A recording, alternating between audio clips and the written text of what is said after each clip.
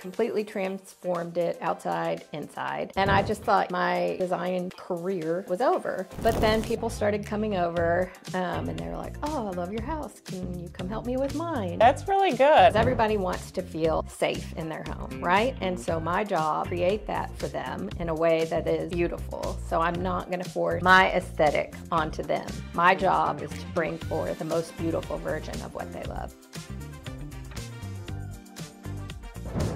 Hello everyone and welcome to Design Discussions with Nadine. I am Nadine and today's guest is Caron Woolsey and she is the owner of CW Interiors. And I am so happy to have you here. Thank you for having me. This is going to be a fun conversation. We're going to talk all about your design business and some other little fun stuff. So we'll get right into it. So the first question I want to ask you is, generally, I always like to ask, what made you go into interior design? I know that this was your second career, and we briefed on it when we first met, right. About kind of how you got into it with doing your home first. So I want to talk a little bit about like what were you doing before, and how did you get into the interior design business? Yeah, well, kind of by accident.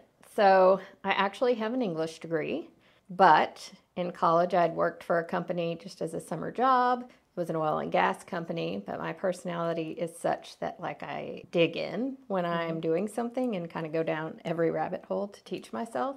So when I graduated, I actually went to work for this oil and gas company, and I stayed there for quite a long time. And then second child was born, and I decided, I just needed to stay home for a little bit. So we decided, okay, stay home, build our forever house, which is hilarious that there's no such thing. And so we got really into the process and, just my personality, just to go down every rabbit hole. So I threw myself into designing that house, worked closely with the builder, and we were thrilled with the outcome, and he loved it too. So he asked me to consult on some specs. And then another guy asked me to help with some specs. And so it just kind of evolved. Then my husband got transferred down here for work, which is why I laugh at the forever house, because we jinxed it. We jinxed it. And so we came down here. We are based in the Woodlands, and we bought a house that was it wasn't a fixer-upper, but it needed some serious updating. And so we completely transformed it outside, inside. And I just thought, my design career, if you could call it that, was over. But then people started coming over and they were like, oh, I love your house. Can you come help me with mine? And so I started doing that. My husband and my friend actually put pictures on Facebook and said, go, you're doing this now. And people started calling, and it's just evolved. And it blows my mind that it's happened, but I'm super grateful for it. But, it's that personality that I go down all the rabbit holes to teach myself everything. So that's really good. I mean, to turn it into something that the way that you did, you obviously have a talent for it. Well, and I've been really lucky, too, to have great people who've since hired on and work with me now. So we've developed a pretty strong team. But like I said, I'm super thankful. And it's been 7 years that you've been doing this, right? Yep. And you do projects, or you have done projects outside of Texas as well, Florida, I have. New York We did City. A beach house in Florida, and we did a penthouse in New York City for a television personality. Fun. So that was pretty cool. How did that come about? She saw me in some publication and reached out. It was crazy. See how putting yourself out there can bring something that you would have never thought. And I'm terrible at that. It was just divine intervention. You're terrible at that? At putting yourself out there? Yes. Oh. Well. I'm not. And in this day and age for social media and all the things, I think we had a brief conversation about this too, how it's so important to It is, and these days. I do not make it easy for our super talented marketing girl. But yeah, I realize it's essential. So yeah. I'm a work in progress.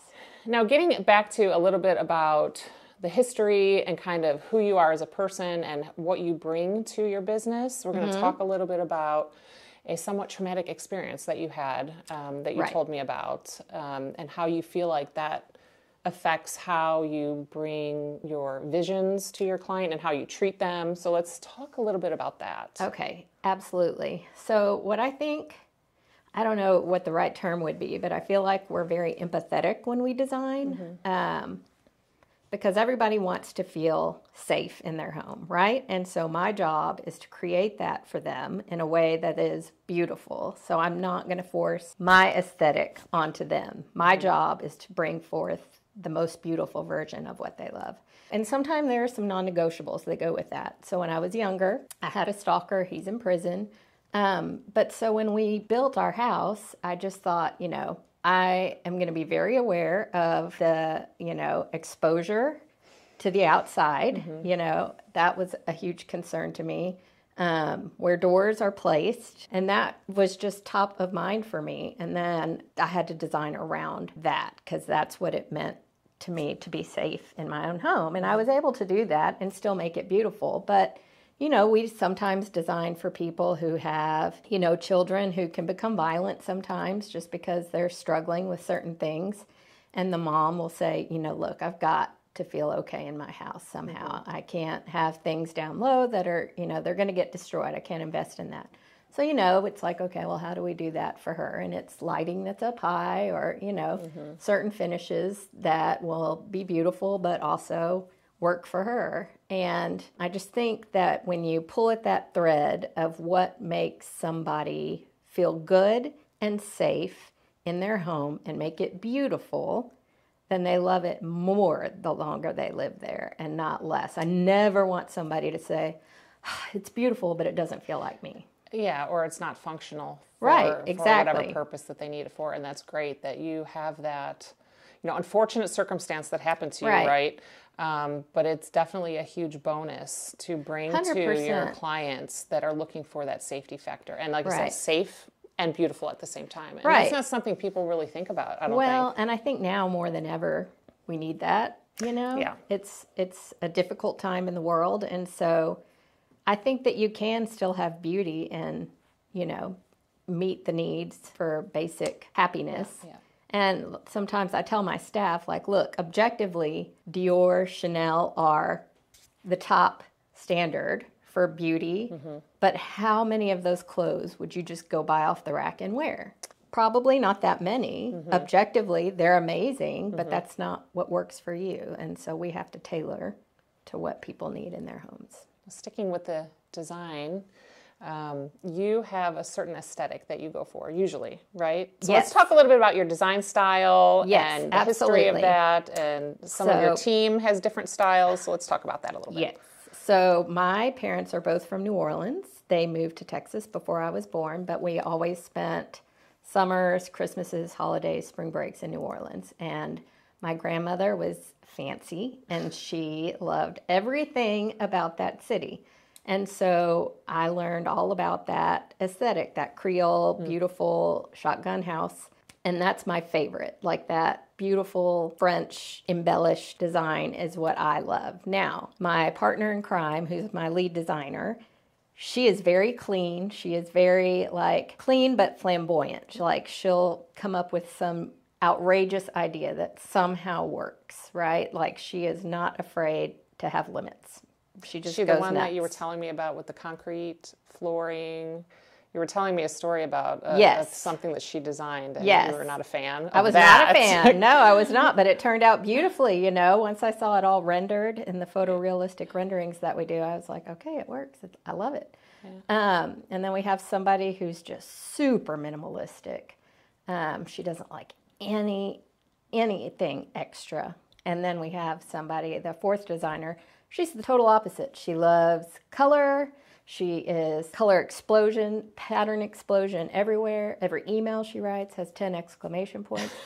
So typically when we're designing for a client, okay, one of us will clue in with, I feel the most connected to this design. I'm going to take this one. But then at our staff meetings, we'll present, and then we'll have everybody kind of do a tug of war as to why that works, why that doesn't work. Because most of our clients are designing for what they love, but also thinking about, okay, but what if I move? Is this going to appeal to people? And so that's why that dynamic that we have, I think, works well to help us give our clients the best design possible. And you have multiple avenues or multiple people that can give different types of clients their vision. Yes, exactly. It's not it's not just a one tunnel vision type of design, so that's great. Right. We had a client recently who's super minimal, and I would see their design before we presented and be like, oh, what if we add? And they'd be like, no, let's just see how it goes, and the rendering came out and it was beautiful. Client loved it. So, it's good to have that. Keeping on that topic, what is your process? I know that's a little bit of your process on how to bring your client's vision to life, but generally, what do you do in order to make sure that you give them what they want? Of course, I'm sure, inspiration photos and all that, but what is your process on that? So before we meet, we send a questionnaire and ask people certain questions so that we can kind of clue into, some people want to be very involved. Some people are like, I don't want to be involved at all. So we kind of, we ask where they would go shopping if they were going to go, the first place they would go. Mm-hmm. And that kind of helps, and we ask for pictures. Some people get overwhelmed by that, but if they don't want to provide them, that's okay. But that consult is huge for me. And it's probably annoying to some of the other designers who accompany me on those, but I really like to talk to people, and I like to get their whole history and find out everything about them. Like we went to some prospective client's house the other day, and beautiful house, super sweet, reserved, quiet lady. Then we start talking, and she's from Oahu. She grew up in Oahu. She was a model in Oahu, spent time in Japan, was a celebrity there. So, it was crazy. You never would have known that had you just met her. But then you start to kind of find out about her, and then she told us what she loved about Hawaii and what she missed about Hawaii, but her home is definitely not a Hawaiian type of home. But I just loved getting to know that about her. She had some amazing pictures from her modeling days that I thought we could use, in the design and in kind of a abstract way. And so we were able to flesh out something that she loved even more than if we'd just walked in and said, okay, this is a traditional home, we need to do this. Pulling from them more about their past and their ways and personality, exactly. I'm sure it definitely helps. It does help. In that process. It does. And sometimes, there are definitely people who are, I want my house to be beautiful. I don't need this to be, some psychological analysis. And that is totally fine. In fact, that's most people, I'm not saying that we're there to really sit them down on a couch. We don't do that. But sometimes. Yeah, sometimes feel like it becomes that. And other times it's like, hey, I've got 3 kids. I need this to look good. I need, durable fabrics. Make it happen. And that's fine. We can do that too. But I really enjoy getting to know clients. That's my favorite part of my job. That's great. I love that. That's awesome. Yeah. That, you're in it to learn about them. It's just fun because it becomes very personal. It's a personal thing when you are designing somebody's home. And, sometimes people don't realize that until you get into it, So it's just helpful. What would you say is the most challenging part about being an interior designer? Or, parts with an S? Yeah, parts. I would say number 1 is communication. It's very difficult when you have 2 people who care a lot about the design, but one is never available to meet. And sometimes that's the woman, sometimes that's the man.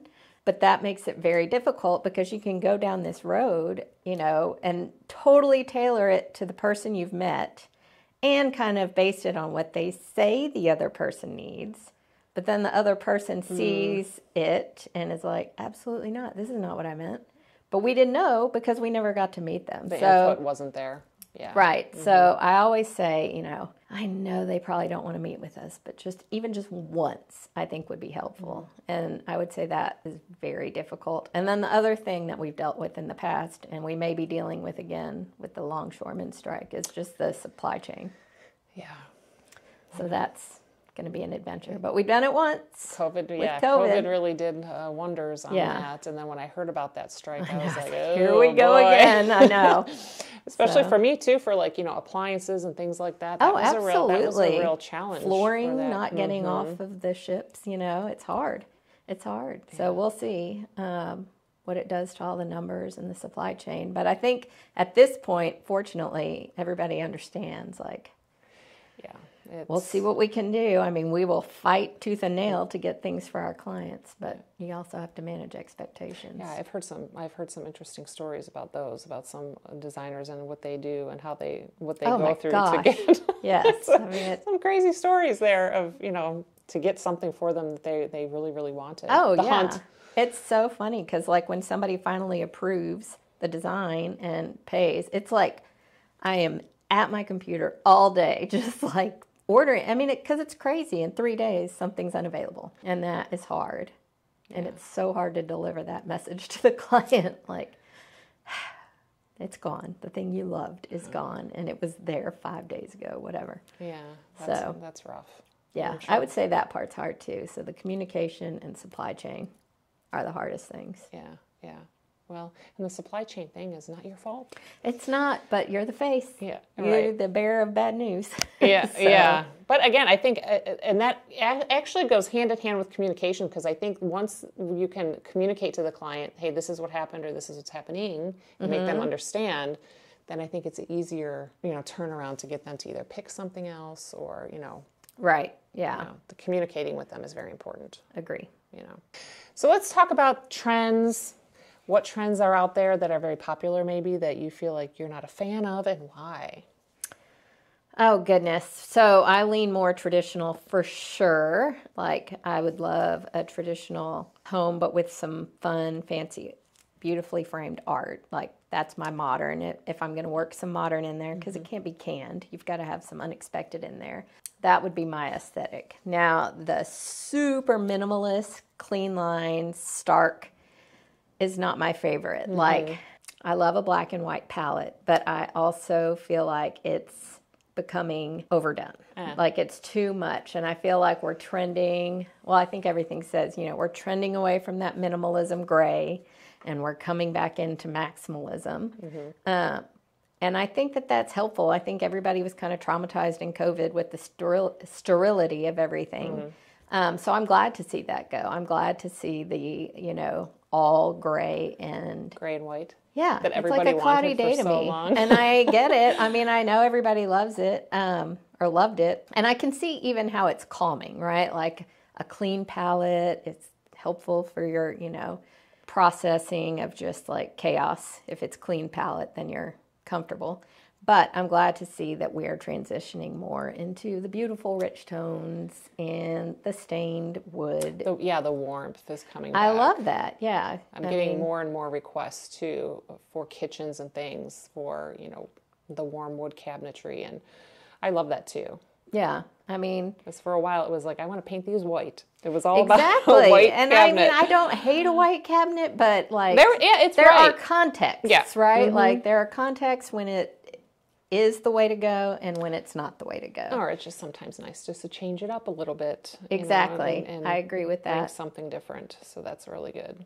Yep. And as far as the minimalism or the clean lines goes, I think that was something that was not very popular around here. That's something that's, Europeans have done forever. Right. But I think more and more now that that European style is coming, people are seeing it more. And I think that's what's bringing it more to people's mind and sight, and they like it. But yeah, right, there is a lot of people there that just are not on board with it yet, right, and might never be.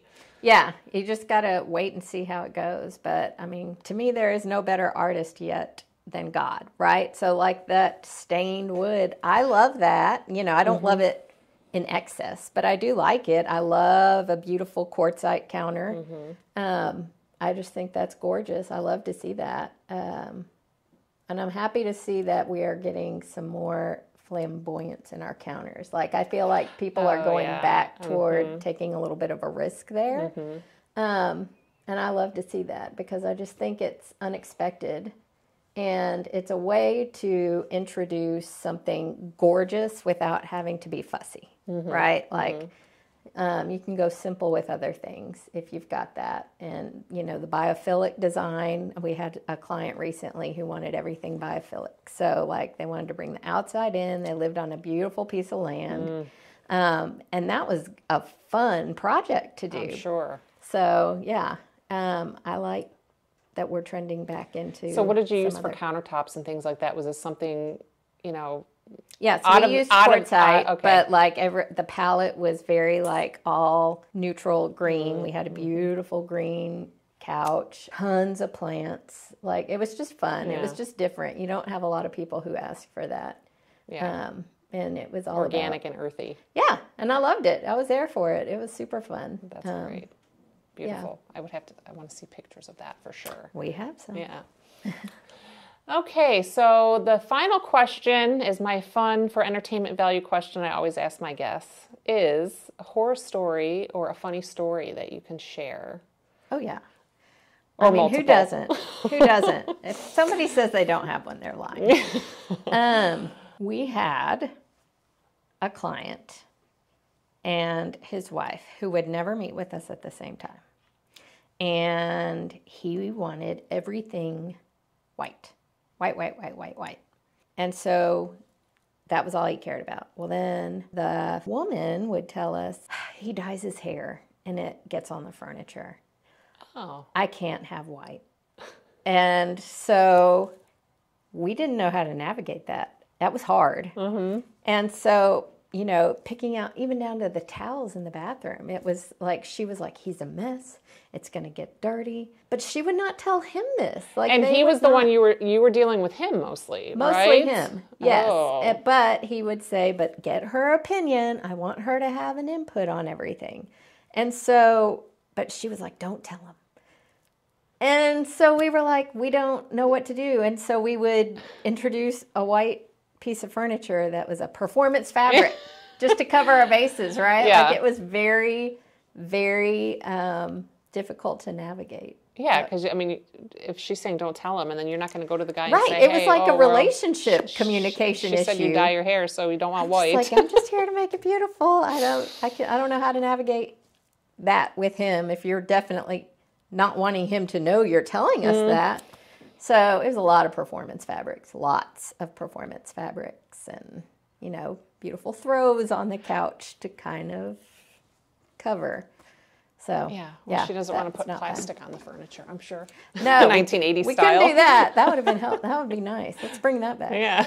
But no, so that was one, and then the other thing is just the supply chain stuff. That was always hard. But even though that was a horror for us to navigate, I feel like for clients, they got it. They understood. Yeah, I had a designer tell me once that they were waiting for some rug that they had special ordered, and they were waiting months and months and months for it. And when you talk about supply chain, I think this is the supplies, and this is funny. It wasn't funny for her at the time, but they were waiting for this rug for 5-6 months from overseas. And she got a call that the container fell off of the ship. Oh, no. And ended up in the ocean. That's horrible. When you're waiting. So, yeah. Oh, yeah. So that is disheartening. That's a horrible thing to have. So, yeah, that would be, I guess, somewhat a supply chain issue. Yeah, that is. But, yeah, stuff like that happens, or you design everything and you have your floor plan and you have your rendering, but then there's just something that comes and the dimensions are a little different than what they advertised, right? And then just having to figure that out. But most of that's manageable. But navigating when you have clients with that relationship, the husband and wife or, partner or whomever, that can be tricky. Sometimes I feel like a marriage counselor. Yeah. But, it's all personal. That's what I'm saying. Yeah, you don't realize how intimate and personal it is until you're in it. Yeah, in somebody's house. Absolutely. Right. Well, thank you for joining me and sitting and talking with me. I loved it. Great to get to know you a little bit more. Exactly. I feel the same. And thank you for having me. This was fun. Yeah, we'll have to do it again. I'm so impressed. This is amazing. Thank you so much. I appreciate it too. Well, until then, stay tuned for the next one. Bye.